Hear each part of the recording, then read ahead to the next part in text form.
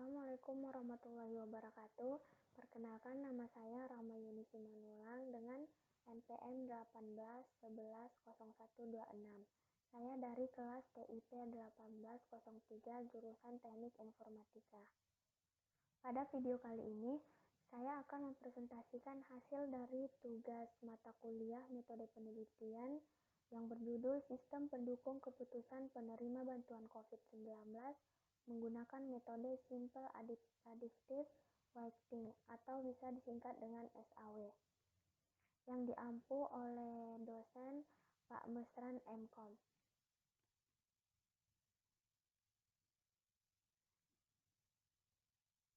Latar belakang. Virus corona merupakan sekumpulan virus dalam keluarga Coronaviridae. Pada manusia, virus ini dapat menyebabkan infeksi pada saluran pernapasan. Biasanya, pada manusia akan menemukan gejala flu, pilek. Selain pada manusia, virus ini dapat menyerang hewan juga. Bantuan COVID-19 adalah program nasional dari pemerintah kepada keluarga rentan yang terdampak COVID-19 selama masa PSBB. Pandemi COVID-19 yang terjadi di Indonesia menyebabkan pemerintah menerapkan kebijakan pembatasan sosial berskala besar, bisa disingkat PSBB, di beberapa daerah. Kebijakan tersebut mengubah aktivitas sosial ekonomi masyarakat seperti transportasi terbatas, pusat perbelanjaan, tempat rekreasi dan hiburan yang ditutup. Keadaan ini berdampak luas terhadap kondisi sosial ekonomi masyarakat termasuk keberlangsungan pekerja dan penurunan pendapatan pekerja. Pandemi COVID-19 tidak hanya mengakibatkan kerugian yang cukup besar bagi masyarakat saja. Bagi para petinggi negara, pandemi ini juga merugikan di berbagai macam sektor pergerakan nasional. Contohnya, di sektor ekonomi, industri sandang dan pangan, serta keuangan rupiah yang semakin hari kian turun. Tentu saja hal itu dapat kita atasi apabila pandemi ini berakhir. Namun, saat ini jumlah kasusnya yang semakin meningkat, pemerintah berencana memberikan bantuan sosial untuk masyarakat golongan menengah ke bawah dalam menghadapi pandemi COVID-19 ini. Bantuan tersebut ada yang terdiri dari bantuan non-tunai berupa paket sembako dan bantuan tunai berupa uang. Penentuan siapa yang berhak menerima bantuan perlu dilakukan dengan sangat hati-hati agar bantuan yang diberikan tepat sasaran dan memenuhi asas keadilan sosial bagi seluruh rakyat Indonesia. Dampak negatif dari virus ini adalah dari segi ekonomi melemahkan kegiatan perekonomian dunia. Negara Indonesia, kegiatan perekonomian hampir berhenti. Banyak rakyat yang mengalami kesusahan. Untuk menghadapi masalah yang terus berlanjut ini, maka pemerintah pun mengeluarkan kebijakan untuk memberikan bantuan dana COVID.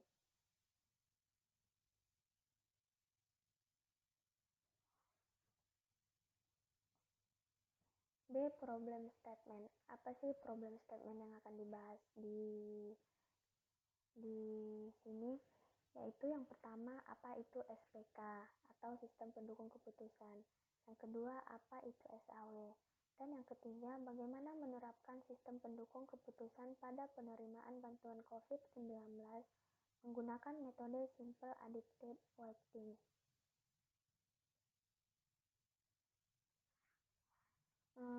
Masuk ke kajian pustakanya. Yang pertama, COVID-19. COVID-19 atau coronavirus disease 2019 adalah suatu virus yang menyebabkan penyakit kepada manusia dan hewan. Pada umumnya, penyakit ini menyebabkan infeksi pada saluran pernapasan mulai dari flu hingga penyakit yang serius lainnya. Yang kedua, sistem pendukung keputusan. Sistem pendukung keputusan yang merupakan suatu pendekatan untuk mendukung pengambilan suatu keputusan. Sistem ini ditujukan pada suatu masalah tertentu yang harus dipecahkan oleh manajer dan dapat membantu manajer dalam mengambil keputusan. Pada dasarnya, sistem pendukung keputusan menggunakan data, memberikan antarmuka pengguna yang mudah, dan dapat menggabungkan pemikiran pengambil keputusan. Sistem ini merupakan pengembangan lebih lanjut dari sistem manajemen terkomputerisasi yang dirancang sedemikian rupa sehingga bersifat interaktif dengan pemakainya. Yang ketiga, metode Simple Adaptive Writing, disingkat dengan SAW. Metode Simple Adaptive Writing merupakan salah satu metode yang paling banyak orang gunakan. Metode ini juga dikenal sebagai metode penjumlahan yang berbobot.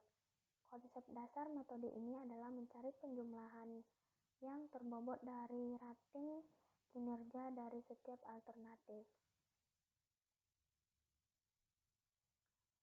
Adapun metode penelitiannya yaitu sistem pengambilan keputusan. Yang pertama, sistem pengambilan keputusan.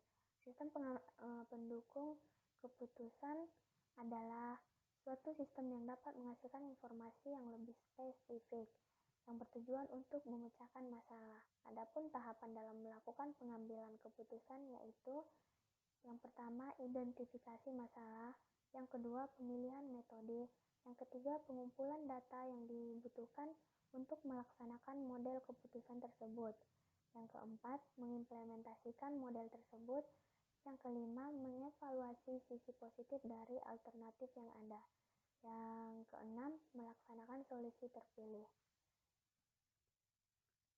Baiklah, lanjut dengan Simple Adaptive Writing atau disingkat SAW.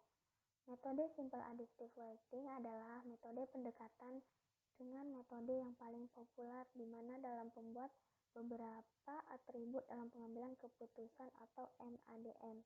SAW membutuhkan suatu proses normalisasi matriks, yang mana dalam keputusan X ke suatu skala sehingga skala ini dapat diperbandingkan dengan semua rating atau hasil alternatif yang ada. Preferensi untuk alternatif AI diberikan sebagai berikut. Bisa kita lihat rumusnya pada layar ini. SI sama dengan XIJ, N, J sama dengan 1.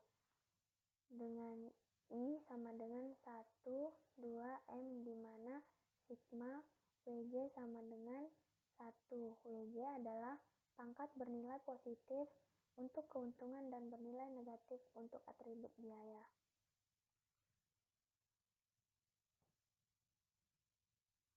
Selanjutnya bisa dilihat rumusnya. Untuk kriterianya terbagi dalam dua kategori yaitu bernilai positif termasuk dalam kriteria keuntungan atau benefit, yang bernilai negatif termasuk dalam kriteria biaya atau cost. Langkah penyelesaian SAW.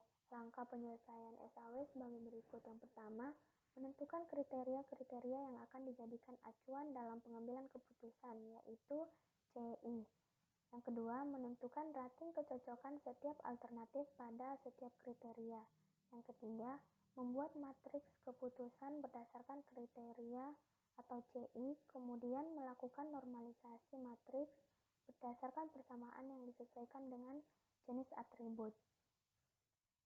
Yang keempat, hasil akhir diperoleh dari proses perankingan yaitu penjumlahan dari perkalian matriks.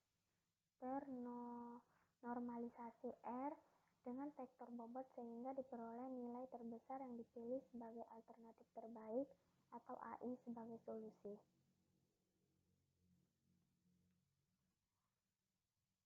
Baiklah, kita masuk pada hasil dan pembahasan. Analisanya, dalam penentuan pemberian bantuan dana COVID ada beberapa kriteria yaitu sebagai berikut: pekerjaan, lahan tinggal, listrik, air, bahan bakar, penghasilan, jenis lantai, luas bangunan, dan dinding rumah. Bisa dilihat cara pembuatan tabel kriteria penentuan bantuan di sini. Bagian kriteria 1, keterangannya pekerjaan, kriteria 2, lahan tinggal, kriteria 3, listrik, kriteria 4, air, kriteria 5, bahan bakar, kriteria 6, penghasilan, kriteria 7, jenis lantai, kriteria 8, luas bangunan.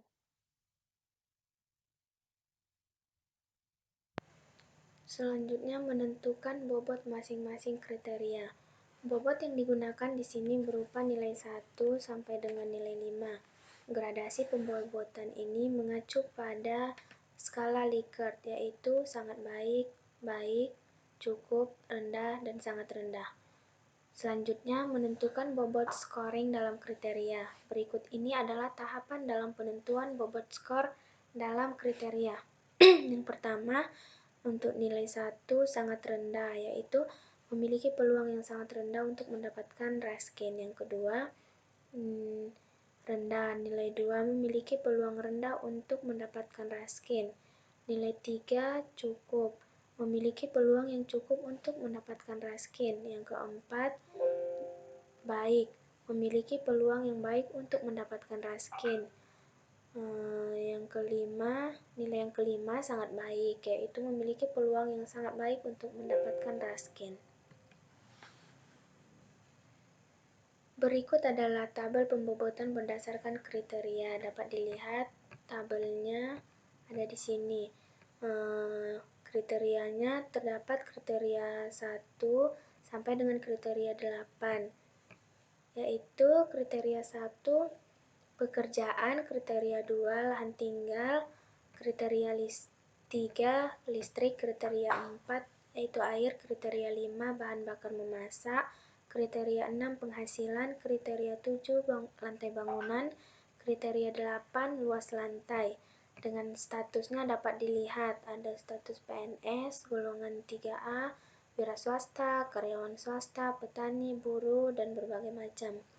Lahannya juga terdiri dari milik sendiri, dinas, bebas sewa, kontrak sewa, atau menumpang juga. Dapat kita lihat mulai dari listriknya, air, bahan bakar memasak, hingga penghasilan per bulannya, penghasilan dari pekerjaan tersebut, lantai bangunannya apa-apa aja, hingga luas lantainya. Dengan skala yang tertera pada tabel ini, dan bobotnya juga ada, mulai dari bobot kriteria 1 hingga bobot kriteria 8. Selanjutnya, mengumpulkan data matrik alternatif. Untuk data, peneliti mengambil survei sehingga diperoleh data sebagai berikut. Tabel 3 menunjukkan data matrik alternatif. Di dalam tabelnya terdapat penerima bantuan mulai dari alternatif 1 hingga alternatif 10. Yang terdapat kriterianya kriteria 1 hingga kriteria 8. Selanjutnya, standar bobot preferensi. Dalam penentuan standar bobot preferensi mengacu pada aturan dari narasumber, adapun rinciannya sebagai berikut. Dapat kita lihat tabel 4 standar bobot preferensinya. Yang dimulai dari kriteria 1 hingga kriteria 8 dengan bobot kriteria 1-nya 2, kriteria 2, 2, dan seterusnya dapat kita lihat bobotnya ini. Selanjutnya, proses analisa menggunakan metode weight product. Melakukan perbaikan bobot preferensi, bobot awal preferensi W sama dengan 2,2,3, 3,3, 5,3, dan 4. Seluruh bobot akan dimasukkan ke dalam persamaan rumus. Dapat kita lihat rumusnya sebagai berikut. Ini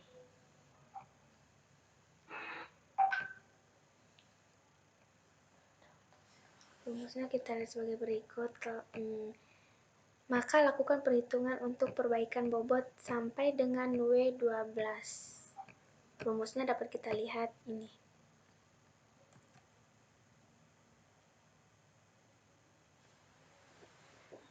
Sehingga setelah melakukan perhitungan yang tadi, kita dapat bobot preferensi seperti dalam tabel 5, yaitu standar bobot preferensi.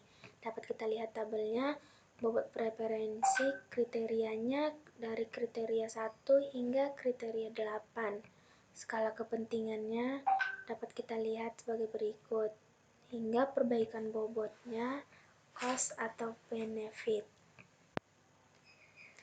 Menentukan nilai vektor S yang dapat dihitung menggunakan rumus persamaan sebagai berikut. Lakukan perhitungan sampai dengan sejumlah data alternatif yang tersedia S10. Dapat kita lihat, S10 sama dengan 50,05128 dikali 10,05128 dikali 40,10256. Hasilnya 4,0039263, sehingga didapatkan hasil skor alternatif seperti tabel 6, yaitu nilai vektor S. Dapat kita lihat tabelnya dari nama alternatifnya, alternatif dimulai dari alternatif 2 hingga alternatif 10. Nilai S-nya dapat kita lihat mulai dari alternatif 2-nya nilai S-nya ini, dan alternatif 3 dan seterusnya nilai S-nya sesuai dengan baris ini. Selanjutnya, menentukan nilai vektor yang akan digunakan menghitung preferensi atau FI untuk perengkingan dengan memasukkan nilai S ke dalam persamaan rumus, yaitu dapat kita lihat rumusnya FI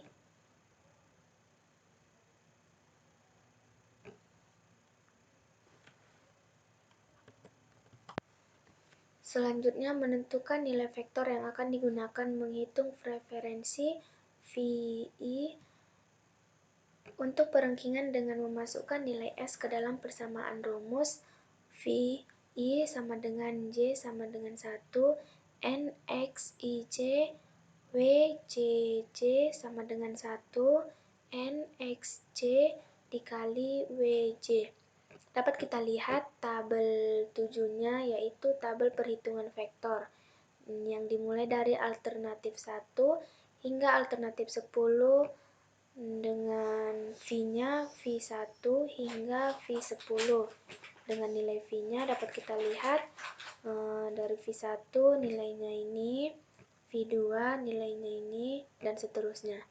Setelah didapat nilai vektor, maka mulailah mengurutkan mana yang berhak menerima bantuan dana dengan sistem ini. Dapat kita lihat tabel 8 hasil rankingnya. Hasil ranking A dimulai dari hasil ranking A hingga A10, V1 hingga V7. Hasilnya dapat kita lihat sebagai berikut.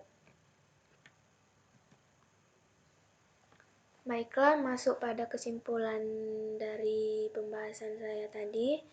Dengan adanya penelitian ini, penulis telah merancang hasil dari penggunaan sistem pendukung keputusan menggunakan metode SAW ini, menunjukkan nilai error mencapai 0,00903565. Dengan menggunakan metode SAW ini, diperoleh hasil terbaik dari 10 calon penerima bantuan. Hal tersebut dapat kita lihat di tabel ranking.